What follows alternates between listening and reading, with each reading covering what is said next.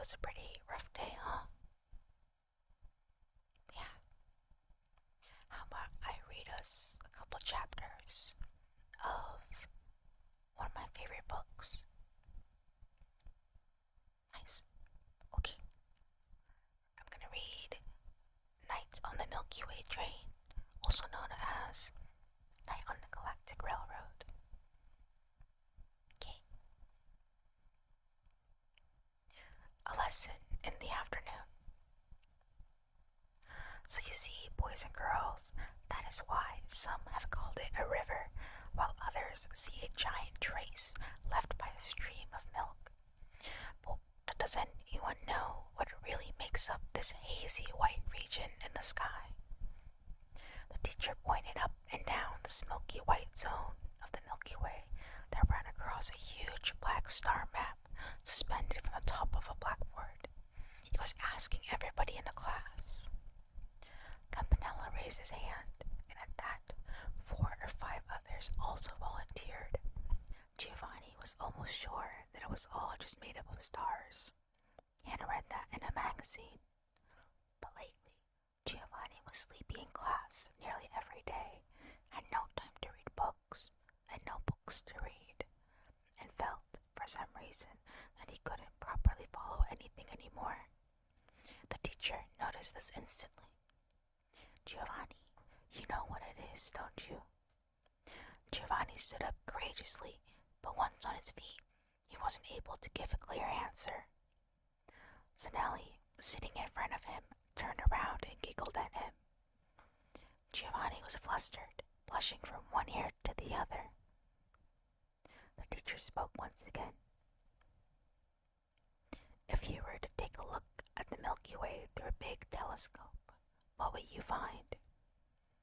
Giovanni was now absolutely sure that you would find stars, but just like the moment before, he couldn't get his answer out. The teacher, perplexed, finally turned his gaze to Campanella. Well, what about you, Campanella? Campanella, who had raised his hand so readily a moment ago, just stood in his place, fidgeting, unable to answer the question. The teacher, now more surprised than ever, stared for some time at him, then said, pointing at the star map, "All right then, fine. When you look at the hazy white Milky Way through a good big telescope, the blur is resolved into a great number of tiny stars. Isn't that right, Giovanni?" Giovanni, now red as a beet, nodded, and before he knew it, his eyes were filled with tears, and he thought, "That's right. I knew it all along, and so does Campanella, because it was all in a magazine that we once read together at Campanella's father's house, and he's a scholar." Campanella leafed through that magazine and went straight into his father's library, brought a thick book from the shelf, opened it to Milky Way, and we spent forever together looking at the lovely photograph of white specks that covered the pitch black page.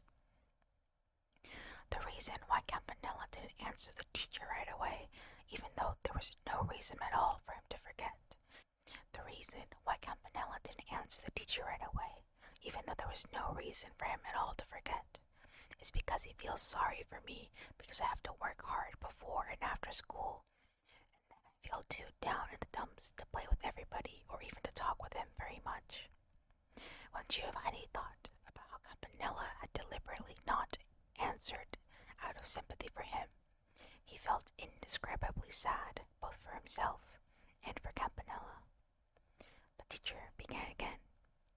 So, if we think of the Milky Way as a celestial river, then each and every one of these tiny little pebbles may be seen to be a grain of sand or pebble on the bed of that river. If we imagine it to be a giant stream of milk, then it's even more like a river, and the stars become minute, fatty globules floating inside the white liquid. Now ask yourself, what does this liquid actually do? And you will see that it transmits light at a given speed through the void of space. And our Earth and Sun are both floating inside it too.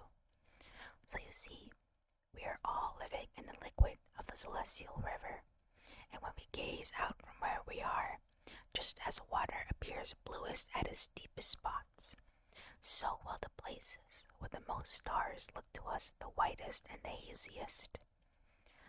That is where the sky's riverbed is the densest and most far-reaching. Now look at this model. The teacher pointed to a large lens that was convex on both sides. Inside the lens were countless grains of sand, all gleaming. This very much resembles the shape of the Milky Way. You can think of all these glittering grains of sand as stars, all radiating their own light just as our sun does.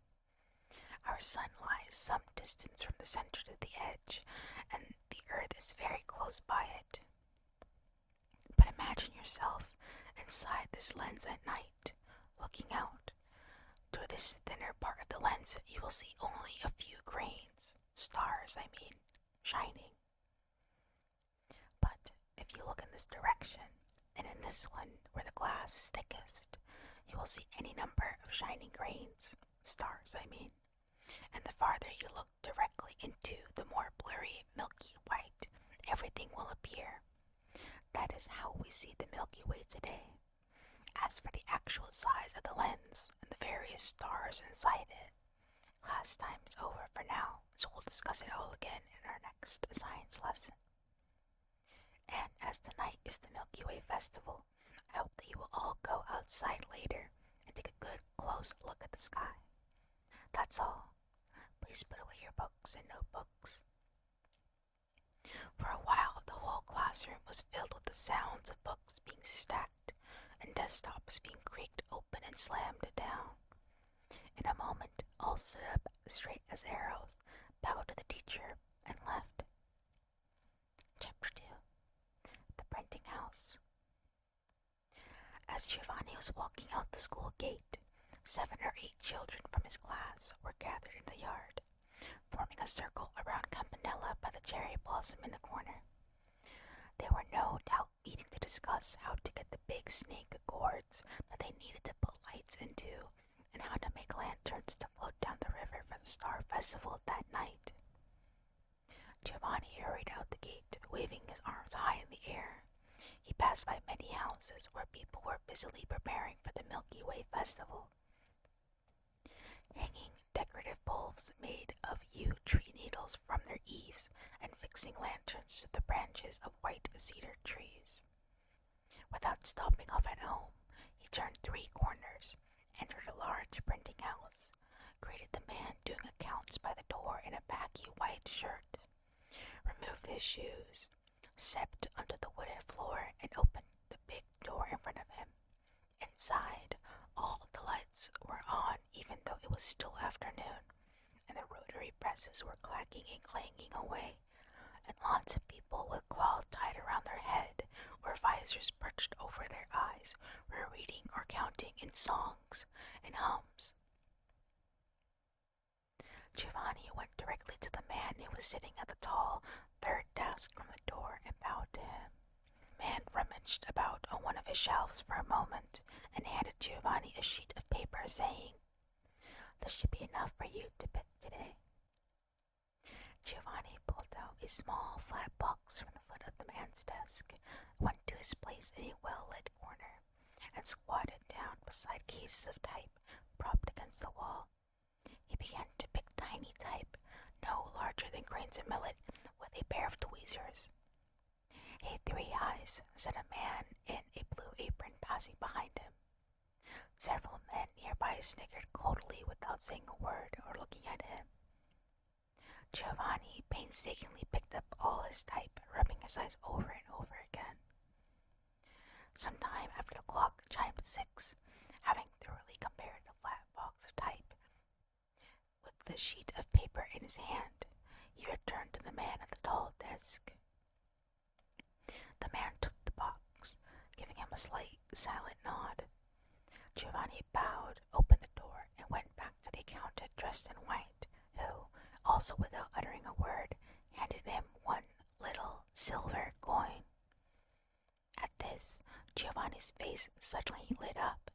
He bowed to the man in the highest of spirits, took his satchel from the foot of the accountant's desk, and darted for the door.